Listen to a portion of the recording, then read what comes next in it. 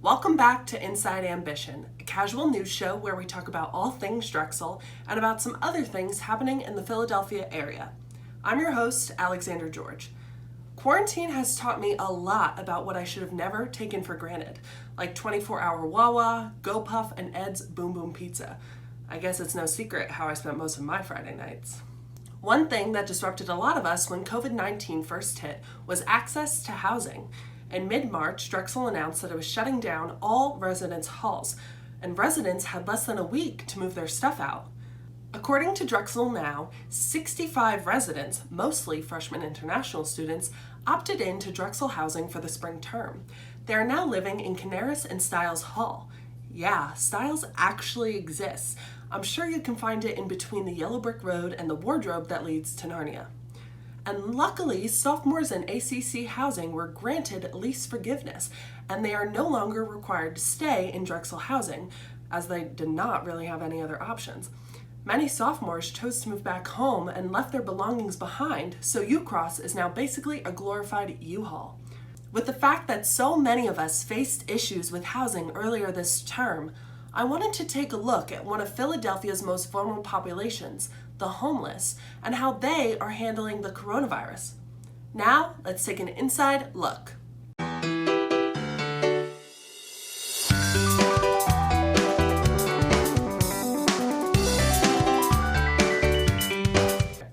Regardless of your housing situation, at the start of winter term, a lot of us were shuffled around, across the city, across the nation, and across the globe. Some students still haven't been able to make it home, considering the travel bans around the world, and others still have valuables left behind in Drexel housing.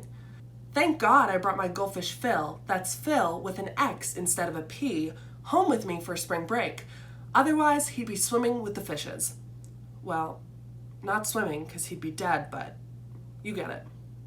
Even though this was the first time many of us may have experienced the loss of housing, 14% of four-year college students are homeless, and another 60% are housing insecure.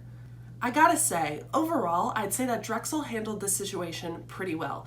They were able to refund students for spring term housing who decided to return home, and they also offered an appeals process for students who needed to stay on campus.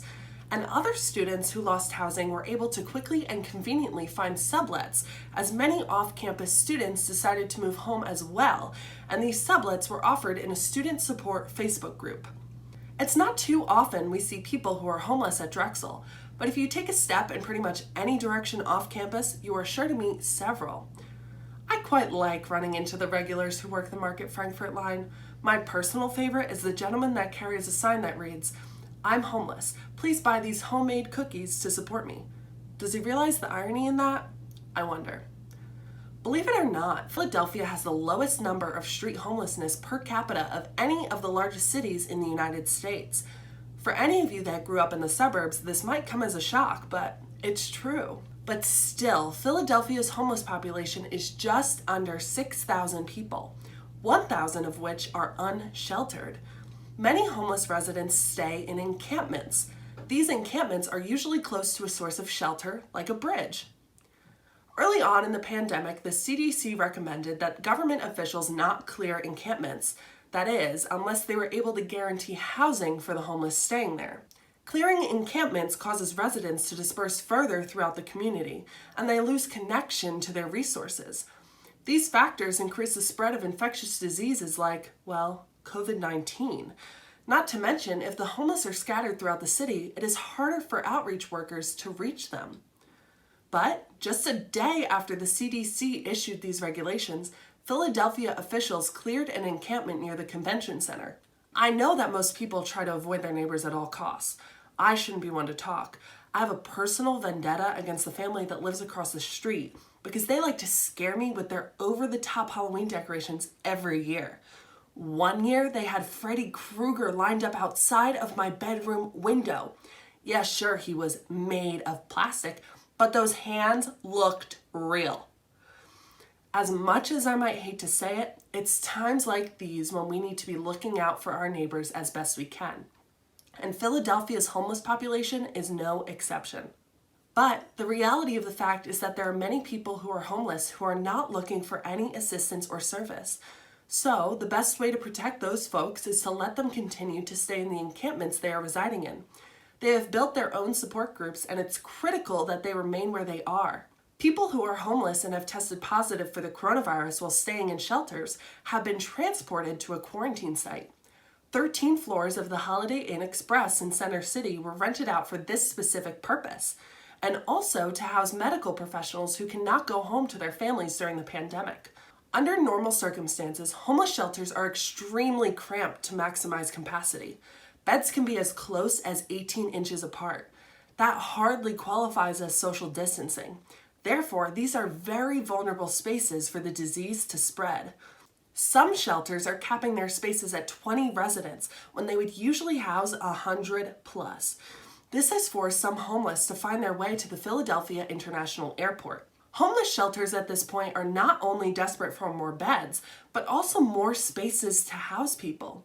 The number of homeless in Philadelphia is only expected to rise after the financial devastation the city is facing due to COVID-19.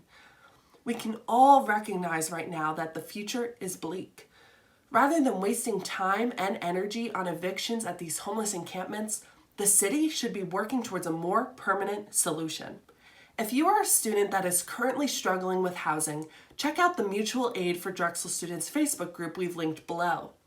To stay up to date with the situation regarding the homeless in Philadelphia, or to learn more about how you can help, check out Project Home and the Philly social justice newspaper, One Step Away.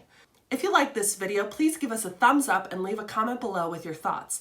Make sure to subscribe and follow our Instagram at inside_ambition to stay up to date with all of our content. Thanks for watching, stay safe, and we'll see you soon.